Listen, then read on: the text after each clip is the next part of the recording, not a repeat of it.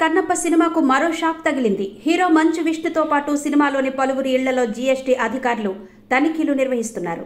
మాదాపూర్లోని Vishnu కార్యాలయంలోనూ IT GST అధికారులు సోదాలు నిర్వహిస్తున్నారు. కన్నప్ప సినిమా బడ్జెట్ వివరాలపై అధికారులు ఆరా తీస్తున్నారు. ట్యాక్స్, జీఎస్టీ ఎగవేసినట్టు ఆరోపణలు వచ్చిన నేపథ్యంలో సోదాలు నిర్వహిస్తున్నట్టు తెలుస్తోంది. కన్నప్ప సినిమాను భారీ బడ్జెట్తో పాన్ ఇండియా లెవెల్లో నిర్మించిన సంగతి తెలిసిందే. సుమారు 120 నుండి 200 కోట్ల బడ్జెట్తో సినిమాను నిర్మించారని వార్తలొస్తున్నాయి. గతంలో కన్నప్ప బడ్జెట్ గురించి ఓ ఇంటర్వ్యూలో మాట్లాడుతూ విష్ణు కీలక వ్యాఖ్యలు చేశారు. సినిమాకు ఇంత బడ్జెట్ పెట్టేశామని గుండెల్లో రైళ్లు పరిగెడుతున్నాయని అన్నారు.